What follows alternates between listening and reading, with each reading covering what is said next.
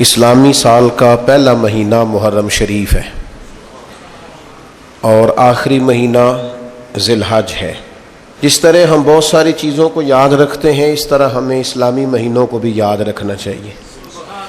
اس کی وجہ یہ ہے کہ ہماری جتنی بھی عبادات ہیں وہ اسلامی تاریخوں کے حساب سے، رمضان کے روزے اسلامی تاریخ کے حساب سے، عید الفطر، عید الاضحیٰ اسلامی تاریخ کے حساب سے، حج کریں گے لوگ تو وہ بھی اسلامی تاریخ کے حساب سے۔ تو ہمیں اسلامی تاریخوں کا، اسلامی دنوں کا، ماہ و سال کا ضرور خیال کرنا چاہیے۔ اللہ تعالی ہمیں اس کی توفیق عطا فرمائے۔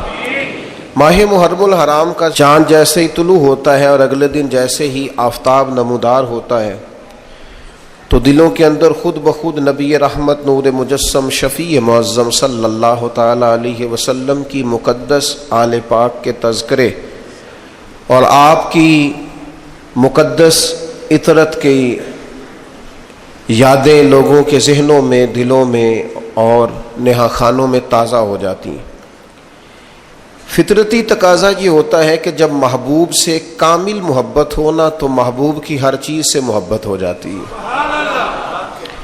تکمیل ایمان اس کا نام ہے کہ مسلمان ہر چیز سے بڑھ کر نبی پاک صلی اللہ تعالی علیہ وسلم سے محبت کرے، اور جب ہر چیز سے بڑھ کر حضور سے پیار کرنا ہے تو پھر نبی پاک سے نسبت رکھنے والی ہر چیز سے پیار کرنا ہے۔ ہمارے ہاں لوگ اس معیار پر پورا نہیں اترتے، وہ محبت میں بھی تقسیم کے قائل ہیں۔ حضور علیہ الصلوۃ والسلام کی نسبت رکھنے والی ہر چیز سے پیار کرنا، چونکہ حضور سے جو پیار ہے، تو جتنی بھی چیزیں، جتنی بھی نسبتیں حضور کے ساتھ جڑیں گی وہ قابل احترام نہیں، وہ قابل محبت بھی ہیں۔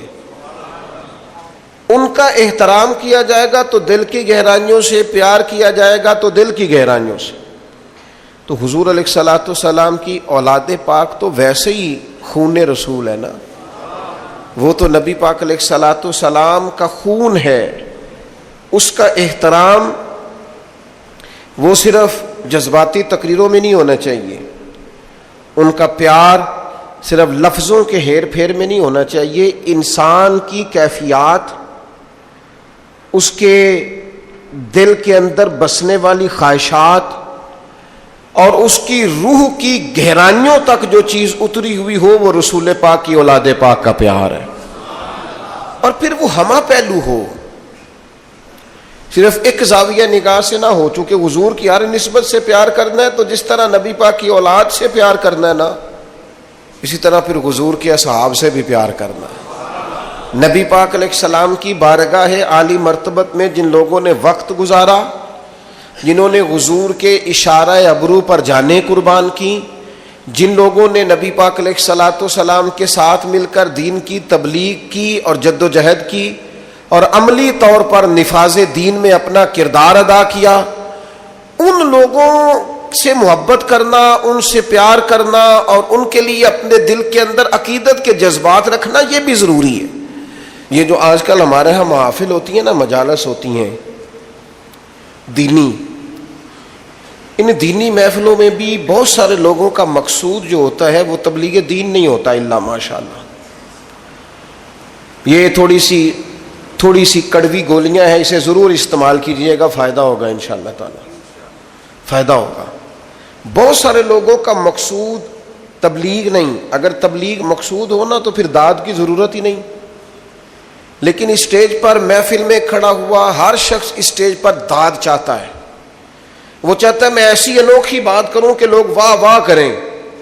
آپ کوئی انوکھی بات نہ کریں، آپ انوکھی بات کرتے کرتے دین کی بہت ساری چیزوں کے بارے میں غلط رائے دے جاتے ہیں۔ آپ نقطہ بیان کرتے کرتے بعض اوقات وہاں چلے جاتے ہیں کہ جہاں دین کی بعض حدوں کو آپ کراس کرتے ہیں۔ آپ داد نہ لیں، کو ضروری ہے قوم سے داد لیں؟ قوم سے داد لینا ضروری نہیں، اللہ سے اس کی رضا لینا ضروری ہے۔ میں ایک جگہ پہ تقریر کے لیے چلا گیا تو وہاں ایک صاحب نے بڑے جذباتی اور والہانہ انداز میں ہمارا استقبال کیا، تو وہ استقبال کرتے مجھے کہنے لگے، پیر صاحب آج انج دی تقریر کرو کہ بندے راضی ہو جائیں۔ میں نے آخیا نہ بھائی میں تو وہ کرنی ہے جن نال اللہ راضی ہو جائے. بندے شندے راضی کرنا مشکل کام ہے, یا آپ رہنے دے وہ کریں گے جس سے اللہ راضی ہو. ہم نے نا یہ جو مزاج پیدا کیا ہے نا, اس مزاج کو بدلنے کی ضرورت ہے. اس لیے یہ سخت جملہ ہے, مہربانی کرنا اگر کسی کو محسوس ہو کہ میں نے سخت بات کی ہے تو آپ درگزر کریں گے, پر میں نے کہنی ضرور ہے, یہ میری زبردستی ہے. اسٹیج پر بہت سارے لوگ اب واعظ و نصیحت کے لیے, تقریر کے لیے چڑھے ہوئے ہیں, اور وہ صرف اسٹیج پر نہیں رہے, اب وہ سوشل میڈیا کے ذریعے عام ہیں. وہ لوگ نہ تو دین کا درد رکھتے ہیں الا ماشاء اللہ, نہ پوری دنیا میں اسلام کو جن مسائل کا سامنا ہے ان مسائل کا ادراک رکھتے ہیں. اسلام کی کون سی تصویر ہم نے دنیا کے سامنے پیش کرنی ہے اس کا شعور ہی نہیں رکھتے. مجھے کہہ لینے دو کہ اسٹیج پر وہ لوگ چڑھ گئے ہیں جو فن کا مظاہرہ کرتے ہیں, وہ اپنا فن دکھاتے ہیں, لوگوں سے داد وصول کرتے ہیں. چلے میں نے کہا تھا آپ نے درگزر کرنا ہے, کر دیں گے. داد بھی لیتے ہیں, ساتھ امداد بھی لیتے ہیں. وہ داد امداد لے کے وہ نکل جاتے ہیں, قوم لڑتی رہتی ہے, لوگوں کے اخلاقیات بگڑتے رہتے ہیں, نفرت کا فروغ ہوتا ہے. امت کہاں چلی جاتی ہے, کتنے حصوں میں بٹ جاتی ہے, کتنے بکھیر دیا جاتا ہے, فکر ہی کوئی نہیں. کیا محبت صحابہ اس بات کا نام ہے کہ آپ صحابہ کا ذکر کریں گے تو اہل بیت کو کمزور کریں گے؟ کیا محبت اہل بیت اس کا نام ہے کہ حضور کی اولاد کا ذکر صرف اس صورت میں کیا جا سکتا ہے کہ کسی اور کو کمزور کر کے دکھایا جائے؟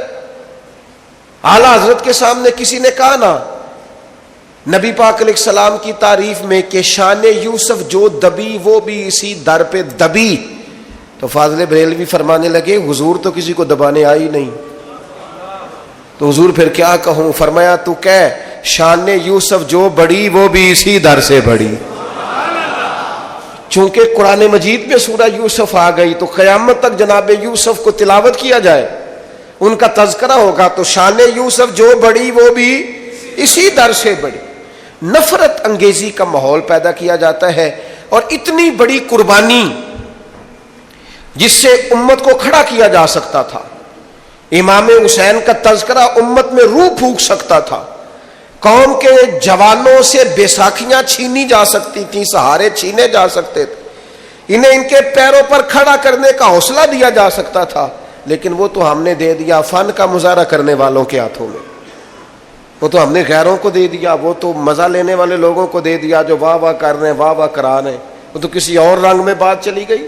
او خدا کے بندو, یہ میرے محبوب کی نسبتیں ہیں, حضور کی تو جو گلی سے گزر گیا ادب سے وہ بھی شان والا ہو گیا. تو جس ابو بکر صدیق نے ساری زندگی ساتھ گزاری ہے, جس فاروق نے عمر بھر درویزہ گری کی ہے, حضور کے دروازے پر نوکری کی ہے, اور جس عثمان غنی نے نظریں جھکا کے وقت گزارا ہے, اور جس مولا علی شیر خدا نے اس طرح کی وفائیں کی ہیں کہ جان بھی مدینے والے کے نام پر قربان کر دی. آپ ان لوگوں کے بارے میں تھوڑا سا سوچیں, ان سے فیوز و برکات حاصل کریں. اور پھر ایک اور بات, ہمارے ذمہ نبی پاک علیہ السلام نے یہ لگایا ہے کہ صحابی کا نجوم, صحابہ ستارے ہیں, تم جس کے پیچھے چلو گے اللہ ہدایت دے گا. نبی پاک علیہ السلام نے ہمارے ذمہ یہ لگایا ہے کہ میری اہل بیت کشتی نوح کی طرح, جو اس سفینے میں سوار ہو جائے گا اللہ اسے نجات عطا کر دے. ہم نے ان لوگوں کے ساتھ, ان کے پیچھے بیٹھ کر ہدایت لینی ہے, ان کے قدم بقدم چلنا ہے. ایک مثال چھوٹی سی عرض کرنے لگا ہوں, بڑوں سے نہ سیکھا جاتا ہے, بڑوں پر بحث نہیں ہوتی. کسی کا والد اگر کسی کو کوئی بات سمجھانے لگے تو بیٹا اگر اس سے پوچھے کہ ابا جی آپ کتنا پڑھے ہوئے ہیں, تو اس نے ٹھیک کیا ہے. وہ کہے بیٹا آپس میں لڑا نہ کرو, بیٹا کہے ابا جی آپ اپنے بھائی سے کبھی نہیں لڑے, تو یہ ٹھیک ہے, اس نے ٹھیک کیا ہے. ٹیچر آ گیا کلاس میں, اس نے آتے ہی کہا فرسٹ ایئر کے اسٹوڈنٹ سے کہ کتابیں نکالو بھائی, میں اردو کا ٹیچر ہوں, چلو سبق پڑھیں. تو ایک بیچ میں سے نوجوان بولا, وہ کہنے لگا جناب آپ ایم اے اردو ہیں, اسٹوڈنٹ ہے, اور اگر آپ ایم اے اردو ہیں تو آپ نے پھر بی ایڈ یا ایم ایڈ کیا ہوا ہے, اور اگر آپ نے یہ کیا ہوا ہے تو پھر ساتھ یہ بھی ذرا بتا دیں کہ آپ میرٹ پہ ہیں کہ سفارش پہ ہیں. میرا خیال ہے جب وہ یہ سوال اپنے ٹیچر سے کر رہا ہوگا تو ٹیچر سب کے جواب دیتا رہے گا، ہاں ہاں بیٹا میں نے ایم اے کیا ہے، پھر میں نے ایم ایڈ، نہیں وہ دے گا جواب؟ اللہ کرے میں آپ کو سمجھا سکوں بات۔ او خدا کے بندو، ہم نے صحابہ اور اہل بیت سے دین سیکھنا ہے، ان کی ڈگریاں نہیں چیک کرنی، ان کے مشاجرات پر کلام نہیں کرنا، ہم نے تو دین سیکھنا ہے۔ چپ کر کے غلامی کرو۔ غلام غلامی کرتے ہیں، غلام تبصرے نہیں کرتے، غلام بحثیں نہیں کرتے، غلام ادھر ادھر کی کہانیاں چھیڑتے، اور جو کہانیاں چھیڑے مانا یہ ہے پڑھنا نہیں چاہتا، جو تبصرے کرے مطلب یہ ہے کہ یہ سیکھنا نہیں چاہتا۔ تو ان لوگوں سے سیکھیں، تربیت لیں۔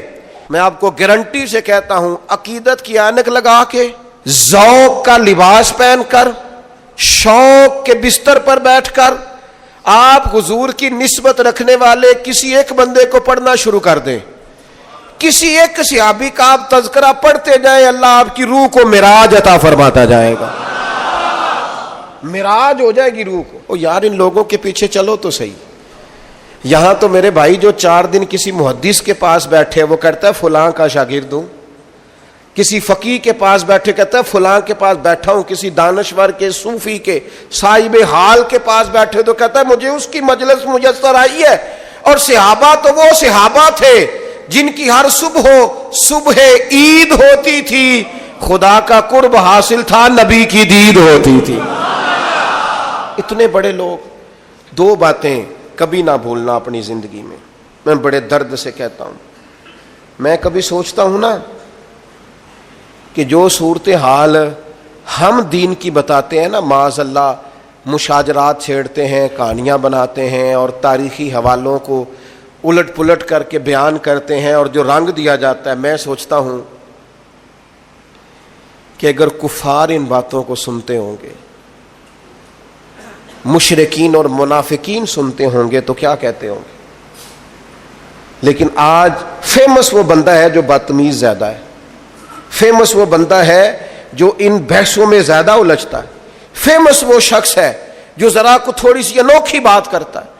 آج زیادہ ہماری توجہ ان چیزوں کی طرف جاتی ہے جن میں ذرا فسادات کی بات زیادہ ہوتی، فرقہ واریت کا عنصر غالب ہوتا ہے، اس طرف ہم زیادہ شوق سے۔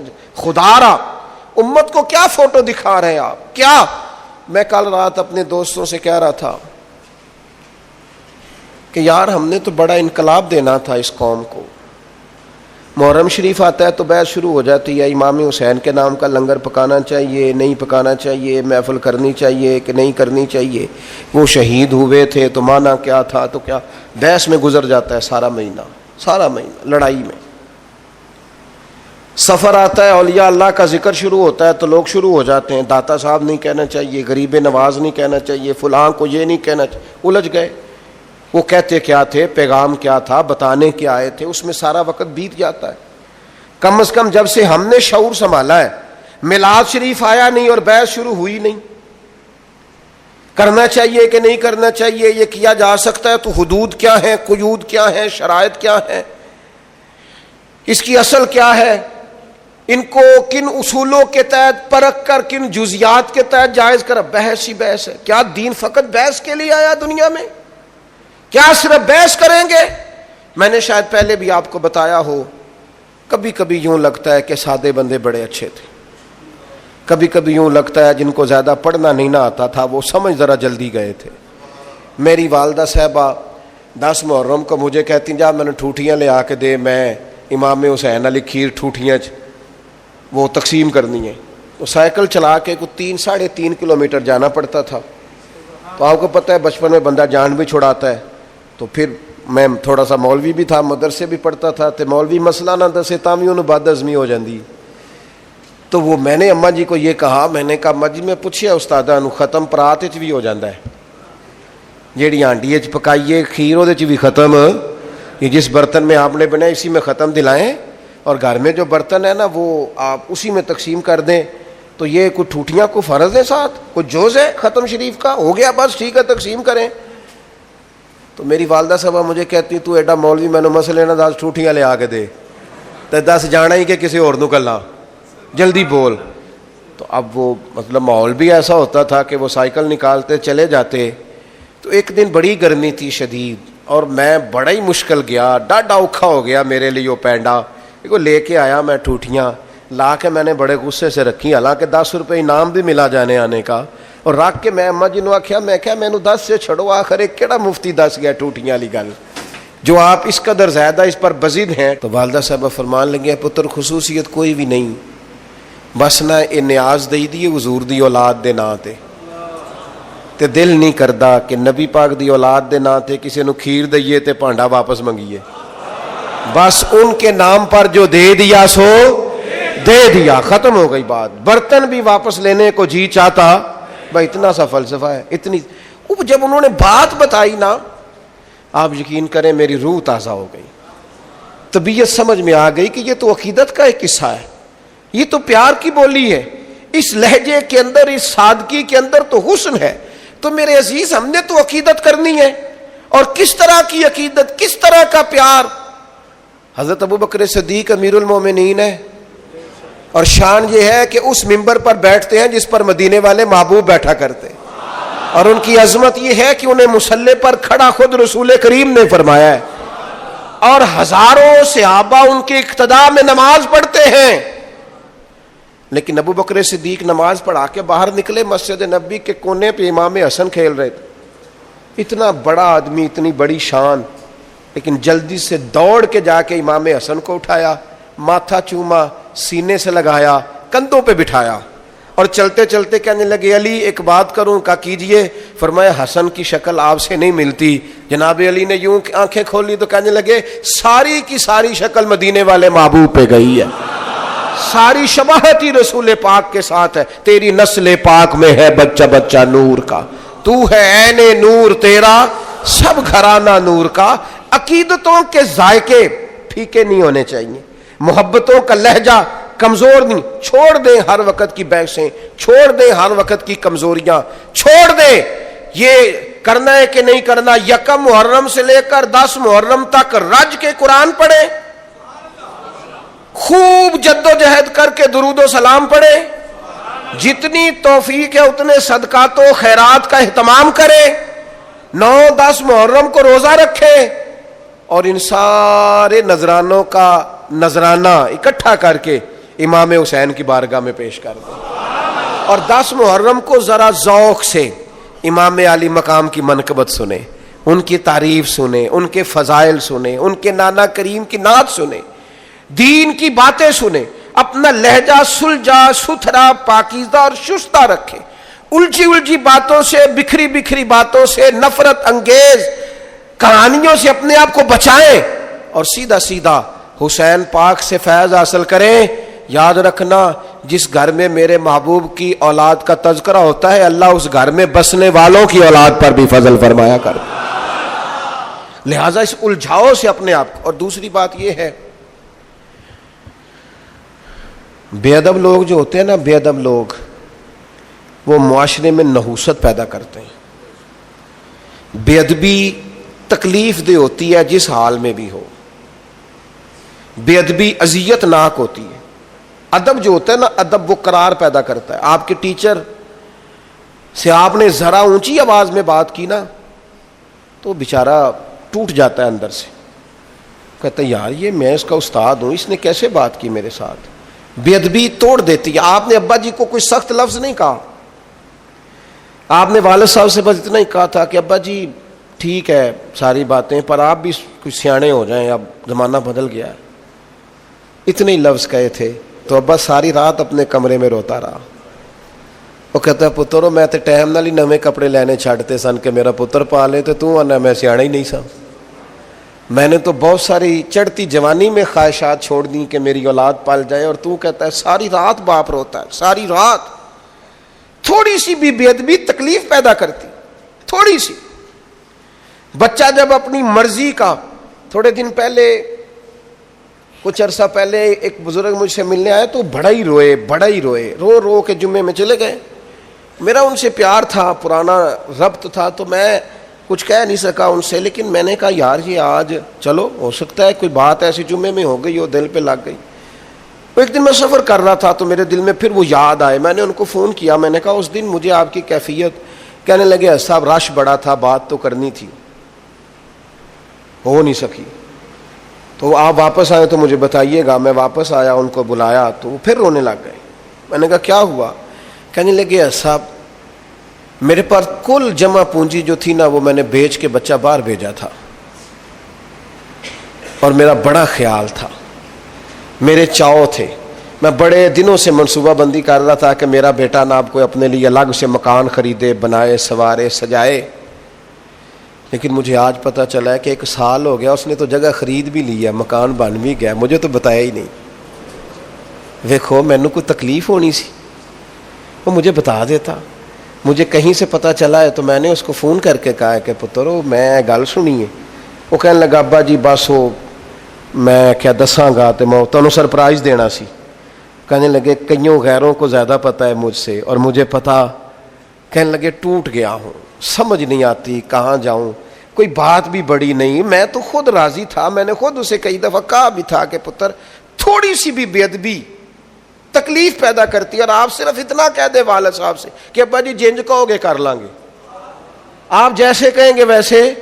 آپ ہلکا سا مشورہ کریں, رائے لیں, ساتھ شامل کریں. ادب حسن پیدا کرتا ہے. بے ادبی, آپ آ رہے تھے بڑی پجاروں میں بیٹھ کے اپنے گاؤں, اور آپ کا ٹیچر جو تھا میٹرک PTC جس نے پرائمری میں پڑھایا تھا وہ سائیکل پہ نکل رہا ہے آپ کے گاؤں سے باہر, اور رستے میں ملاقات ہو گئی. آپ جب پجاروں سے نیچے اترے استاد جی کو سلوٹ کیا اور پھر کہا استاد جی یہ سائیکل یہاں کھڑا کریں, میں گاڑی پہ چھوڑ کے آتا ہوں. استاد جی نے جانا سائیکل پہ ہی ہے, لیکن دعائیں بڑی دینی ہے, پتر اللہ تینوں اور رتبہ دے اور بلندی دے. لیکن دوبارہ جب استاد سائیکل پہ بیٹھتا ہے تو اسے محسوس ہوتا ہے میرا سائیکل پجاروں سے مہنگا ہے, اس لیے کہ پجاروں والا تو اتر کے سلوٹ کر رہا ہے. یہ جو ادب ہوتا ہے نا, ادب یہ حسن پیدا کرتا ہے. یہ جو بے ادبی ہوتی ہے یہ تکلیف پیدا کرتی ہے. یاد رکھنا زندگی میں مر جانا, پر کسی صحابی کا یا حضور کی اولاد پاک میں سے کسی کی بے ادبی نہ کرنا, کسی شخص کے بارے میں اپنے لفظوں کو کمزور نہ کرنا. یہ معمولی لوگ نہیں ہیں, یہ وہ لوگ ہیں جنہیں اللہ نے محبوب کی غلامی کے لیے چنا ہے. خدا را کبھی اس طرف نہ جانا. بے ادبی تکلیف پیدا کرتی, بے ادبی اذیت پیدا کرتی ہے, بے ادبی خوفناک صورتحال اختیار کر جاتی. ادب کے دائرے کے اندر رہنا, ادب کے دائرے میں بے ادبوں سے اور بے ادبوں کی باتوں سے بچنا, بچ جانا ان سارے لوگوں سے جو بے ادبیاں کرتے ہیں اور چیزوں کو نکال کے لاتے ہیں. خدا را مجھے بتاؤ نا کتنے لوگوں نے دشمنی کی میرے نبی پاک سے, معاذ اللہ, یہودیوں نے, نصارہ نے, مشرکین نے. حضور نے کبھی کسی کا عیب اچھالا؟ کیسے مسلمان ہیں؟ کیا انداز زندگی ہے؟ تیری تقریر ہی مکمل نہیں ہوتی جب تک تو بڑے لوگوں کی توہین نہ کرے. تجھے مزہ ہی نہیں آتا گفتگو کرنے کا جب تک سینکڑوں لوگوں کی پگڑیاں نہ اچھالے. کون سا دین تو دنیا کے سامنے پیش کر رہا ہے کہ جب تک تو بہت سارے لوگوں کو رسوا نہ کر دے تیری گفتگو ہی مکمل نہیں ہوتی؟ یاد رکھنا یہ دین وہ ہے جس میں تو کہا جاتا ہے کہ دروازہ رسول پہ آؤ نا تو ذرا لفظوں کا چناؤ کر کے آؤ. لا تقولوا رائنا وقولوا انظرنا, رائنا نہ کہنا, انظرنا کہنا. لفظوں کا چناؤ. اور لا ترفعوا اصواتکم فوق صوت النبی, دیکھنا اپنی آواز کا والیوم چیک کرنا. محبوب کی آواز سے تمہاری آواز اونچی نہ ہونے پائے. اے پائے نظر ہوش میں آ, یہ قوت نبی ہے. آنکھوں سے بھی چلنا یہاں بے ادبی ہے. دائرہ ادب, ادب حسن ہے, ادب وقار ہے, ادب شائستگی ہے, کبھی بے ادب نہ ہونا. اور اپنی زندگی میں ایک تیسری بات, اہل بیت نبوت کی محبت. ادھر دیکھو میری طرف, قرآن مجید میں رب فرماتا ہے قل لا اسألکم علیہ اجرا الا المودۃ فی القربى. محبوب علیہ الصلوۃ والسلام آپ اپنے غلاموں سے فرما دیں کہ میں تبلیغ دین پر تم سے کوئی اجر نہیں مانگتا, ہاں میرے قریبیوں سے پیار کرتے رہنا. صدر الافاضل, بدر المماثل, خلیفہ اعلی حضرت مولانا سید نعیم الدین صاحب مراد آبادی اس خزائن العرفان میں لکھتے ہیں, فرماتے ہیں حضور کی اولاد کی محبت دین کے فرائض میں سے ہے. یہ میرے امام نے لکھا ہے. حضور کی نہ سنت کہا نہ واجب کہا, فرمایا رسول پاک کی اولاد پاک کی محبت فرائض دین میں سے ہے.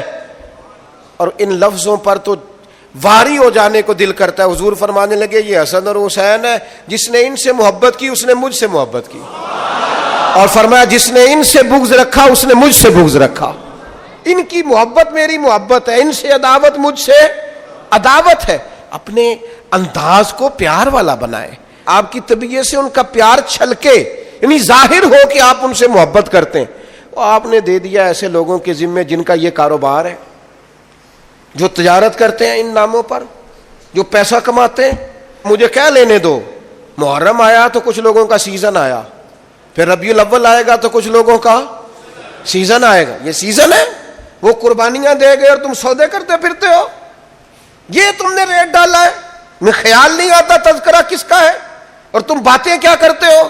یہاں تم ان کی قربانیوں کا ذکر کر رہے ہوتے ہو اور اسٹیج کے پیچھے تم پیسوں کی گنتی کر رہے ہوتے ہو.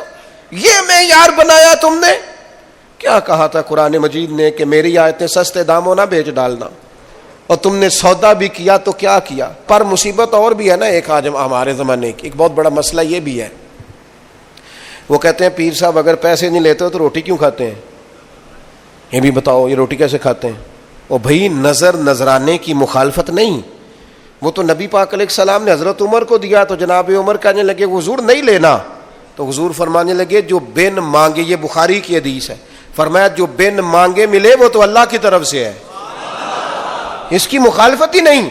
لیکن سوال تو یہ ہے کہ یہ تجارت تو نہیں نا, یہ آپ کا بزنس تو نہیں نا, آپ نے کوئی کاروبار تو نہیں نا اس کو بنا لی. آپ جو ریٹ کرتے پھرتے ہیں یہ کیا معیار اور کیا سٹیٹس آپ نے بنایا.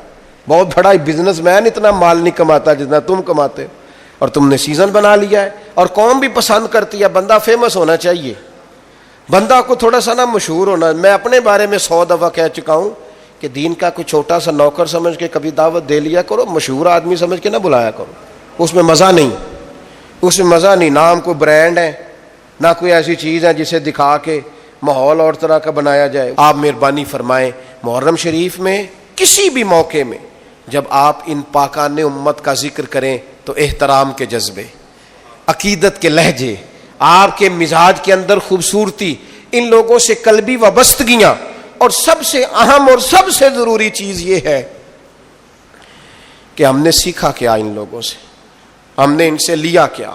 وہ خاص بات جو ہم نے ان سے لینی ہے اور سیکھنی ہے اس پر ضرور توجہ کریں. امام حسین کی زندگی کا سب سے بڑا درس کہ جب آپ حق کے لیے کھڑے ہوں تو بلیک میل نہیں ہونا. بچے ساتھ تھے نا امام حسین کے, شہید ہو گئے نا امام علی مقام کے سامنے. سب سے زیادہ بلیک میلنگ یہی ہوتی ہے نا, تیرے بچے ہیں. لیکن امام حسین نے فرمایا جب معاملہ حق کا ہو تو پھر حق دیکھا جاتا ہے, اولاد نہیں دیکھی جاتی. سب سے بڑا معاملہ یہی ہوتا ہے نا کہ ہم بھوکا پیاسا رکھیں گے تو فرمایا